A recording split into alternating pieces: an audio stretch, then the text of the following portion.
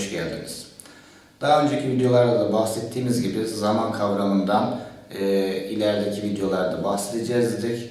Bu videoda zaman kavramını ve usulleri göreceğiz ki nota değerleri ve nota yerlerini öğrendiğiniz olarak kabul ediyoruz. Çünkü onlara bağlı olarak zincirleme dediğimiz bir ders olacak. Nota değerleri ve nota yerleriyle alakalı sorunlarınız varsa bu ders pek anlaşılmayacaktır. Mutlaka öncelikle onları halledelim. Daha sonra bu dersi izlemenizi tavsiye ederiz. Evet, hemen uzatmadan dersimize başlayalım. Zaman kavramı dediğimizde yani sürelerden bahsediyoruz. Ki notalarımızın ne dedik? Bir sesleri var, incelik, kalınlıkları, bir de süreleri var dedik. Süreleri 4'lük, 8'lik, 1'lik, 2'lik gibi değer tablosuyla zaten görmüştük. Geçen dersimizde de yine tekrar olsun diye gördük. Süre dediğimiz nedir? Hemen onu izah edelim. Sesli notaların veya susların, çünkü susların da bir değeri vardı, eslerin de bir değeri vardı. Sesli nota dediğimizde do, re, mi, fa gibi notalarımız. Sesli notalarımızın ve susların uzadıkları zaman bütünlüğüne süre diyoruz. Usul nedir? Usulden biraz bahsedelim. Belli düzümlerden yapılarak kalıp halinde saptanmış ölçülere denir. Belli düzümler dediğimizde belirli bir kurallar içerisinde usulleri vereceğiz. Usul rakamlarından bahsedelim.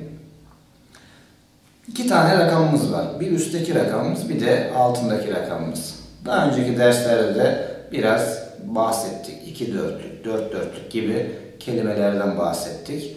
Üstteki rakam, yani 2 dörtlük üzerinden örnek verirsek, üstteki rakam bize bir ölçü içerisinde kaç tane değer, kaç zamanlı olduğunu ifade ediyor. Alttaki rakam ise değeri, yani kaç vuruş olduğunu bize ifade ediyor. Bir vuruşta harcayacağımız değeri gösteriyor. Ayrıca eserin de birimi olmuş oluyor. Yani özetlersek 2 dörtlük üzerinden şöyle bir sonuç çıkıyor. Bir ölçü içerisinde, ölçüyü biliyoruz, parsellenmiş bölüme ölçü diyorduk. Bir ölçü içerisinde 2 adet dörtlük nota olacağını söylüyor. Şimdi bunun değer tablosunda biz toplama, çıkarma gibi işlemler de yapmıştık. Bunun örneğini şu an ekranlarımıza getiriyoruz. Birkaç tane 2 dörtlük ölçü örneği üzerinde çalışalım. Bundan önce de hemen bahsetmeyi unuttuk.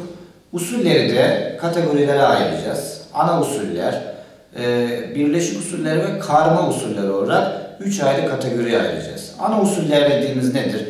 2 zamanlı, 3 zamanlı ve 4 zamanlı usullere ana usuller diyeceğiz. Birleşik usullere de 5, 6, 7, 8 ve 9 zamanlı usullere birleşik usul diyeceğiz. Karma usullere de 10 ve üzerindeki usullere de karma usul olarak bahsedeceğiz. Evet, 2 dörtlük örneklerimiz ekranımızda. Oklarımız var. Oklarımızı şöyle ifade edelim. Örneğin bir orkestradaki şef çubukla bir işaretler yapar işte. Bu işaretleri şu an oklarla görüyoruz arkadaşlar. 2 dörtlük bir eser okunmuş olsa eğer ki çubuğun alacağı şekil bu olacaktır. Yani bir vuruş aşağı, bir vuruş yukarı olarak kabul edeceğiz. Biz vuruşları ilk dersimizde görmüştük. Ne dedik? Dörtlük notayı örneğin bir vuruş olarak kabul etmiştik. İkilik notayı 2 vuruş olarak, birlik notayı da 4 vuruş olarak veya 8'lik notayı yarım vuruş olarak görmüştük. Bunları hatırlatmış da oluruz aynı zamanda. 2 dörtlük ölçümüzü irdeleyelim. Notamız la ve si. Yani ilk ölçüden bahsediyorum. La dörtlük olduğu için bir vuruş olacak. Yine si de dörtlük olduğu için bir vuruş olacak. Okurken de şunu yapacağız. Aşağı doğru giden ilk okumda la'yı bitireceğim. Yukarı doğru giden ikinci okumda ise si'yi bitireceğim.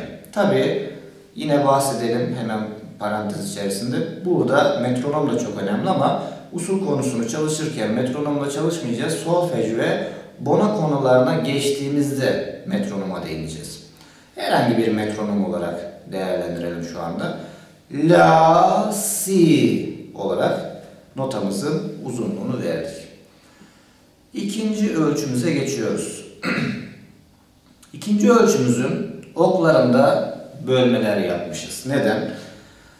La ve Si iki tane sekizlik notamız. İki sekizlik notayı toplarsak ne yapıyordu? Bir dörtlük nota yapıyordu. Yani La ve Si'yi bir oka sığdıracağız. Yarısına La'yı, diğer yarısına da okun Si'yi yerleştireceğiz.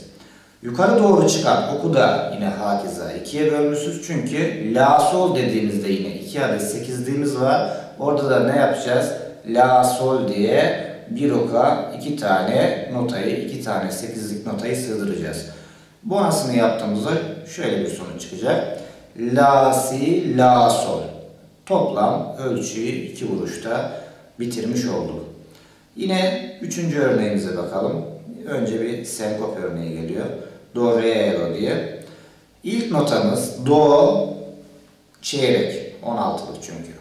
İkinci notamız Re, kuvvetli olan nota, yarım. Üçüncü olan diğer notamız da kümenin Do, o da çeyrek. Yani çeyrek, yarım ve çeyrek olarak bir oku bitirmiş olduk. Geçiyoruz alttan yukarı gelecek okumuza. Yine çeyrek çeyrek olarak bölmüşüz. Re ve Do'ya verdik orayı. Yarım olarak böldüğümüz yere de Si'ye vereceğiz. Ölçünün tamamını okuduğumuzda şu sonuç çıkacak.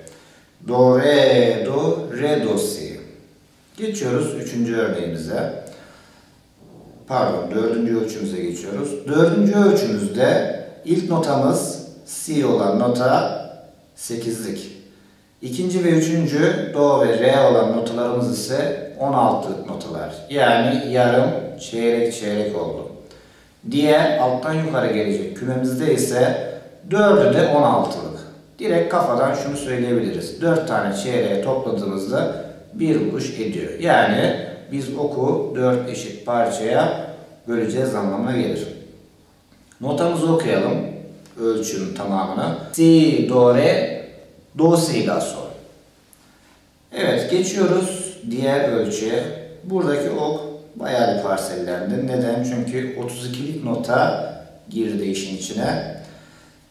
8 tane 32'lik notamız topladığımızda, çünkü çeyreğin de yarısıydı 32'lik. Onun için 8 tane nota sadece bir tane dörtlük ettiği için biz bir oku 8 eşit parçaya böldük. 8'i de 32'lik olduğu için. Diğer notamız ise sol notası ise bir dörtlük olduğu için ona okun tamamını verdik. Burayı okuduğumuzda da La, Sol, La, Si, Do, Re, Mi, Fa, Sol oldu. Yani La, Sol, La, Si, Do, Re, Mi, Fa'yı bir oka sığdırdık. Diğer Sol diye de dörtlük notayı bir ok boyunca uzatmış olduk. En son ölçümüze geçiyoruz. Buradaki örneğimiz bir tane notamız var sadece ve bu ikilik nota. Diğer örneklerimizde şimdiye kadar ne yaptık? Hep bir toplama mantığıyla gittik. Burada bölme mantığına gideceğiz. Niye?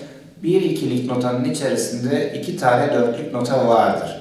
Ölçümüzde iki dörtlük olduğu için bize şunu ifade ediyor.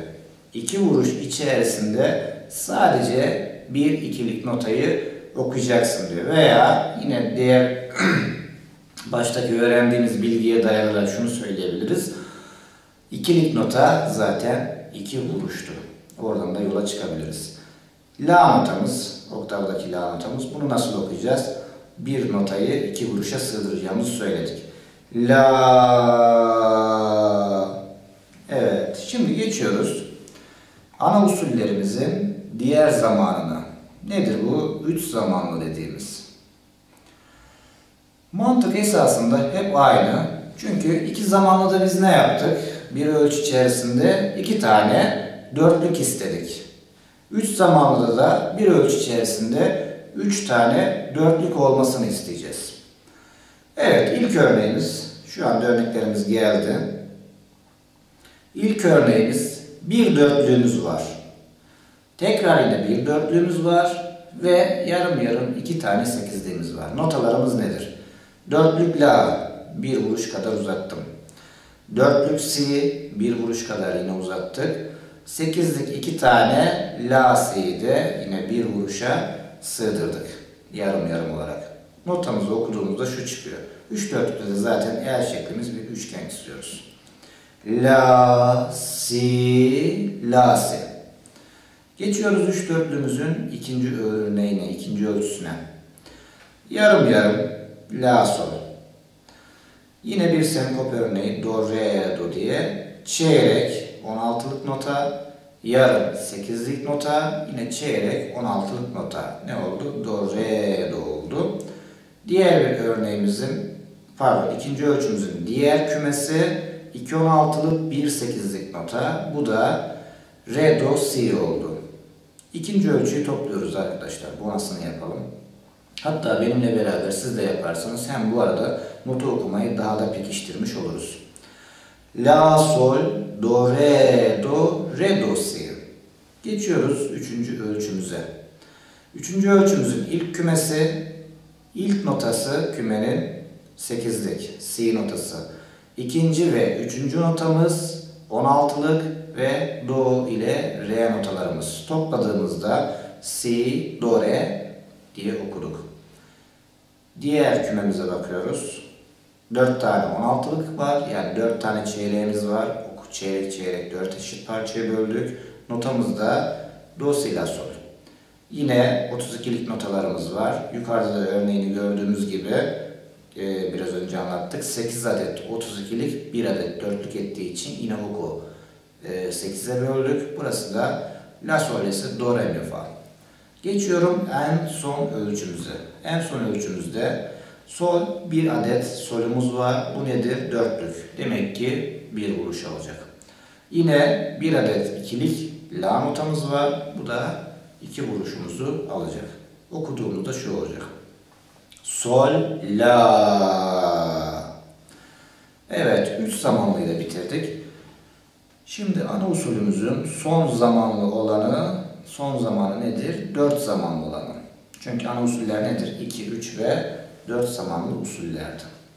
4 zamanlı üzerine örneklerimiz şu an geldi ekrana. 4 zamanlı da dikkat edeceğimiz el vuruşu çok önemli. Karıştırmamamız gerekiyor. Çünkü yönler burada biraz farklı gidiyor. Birinci okum aşağı. İkinci okum sola. Üçüncü okum sağa. Dördüncü ok da yukarı çapraz bir şekilde gidecek. Yani şekil şu olacak. 1, 2, 3, 4 olacak. İlk notam dörtlük la. Demek ki ilk vuruşumu aşağı gideni ona harcayacağız. İkinci notam dörtlük si. Yine sola giden, çapraz giden, sola giden oku dörtlük si'ye verdim.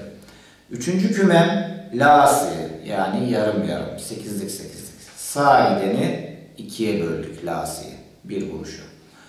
Dördüncü kümemde la sol yine 8-8 yani yarım yarım. Çapraz yukarı gideni de 2'ye böldük. Topluyorum ölçüyü.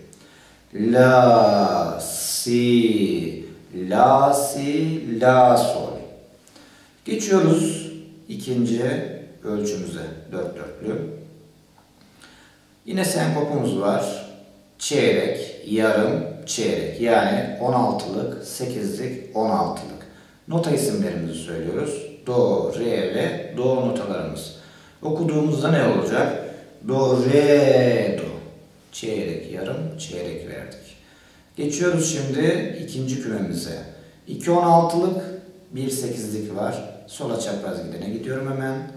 Nedir burası da? Re, do, si. 2 çeyrek, 1 yarım yaptım. Geçiyoruz üçüncü kümemize. 1 8'lik, 2 16'lık. Yani si, do, re. 1 yarım, 2 çeyrek. Dördüncü kümemizde 4 tane 16'lığımız var. Do, si, la, sol. Onu da yine 4 eşit parçaya böldük.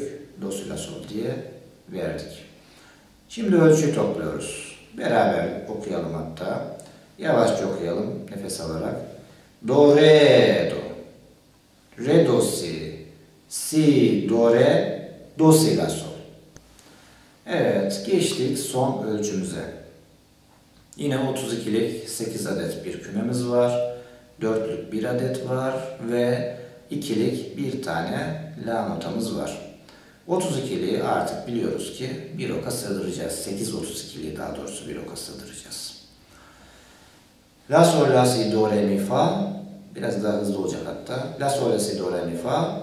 Sol. La. Tekrarlıyorum. La, sol, la, si, do, re, mi, fa. Sol. La. La ikilik nota olduğu için sağa ve yukarı giden son iki vuruşumu la'ya vermiş oldum.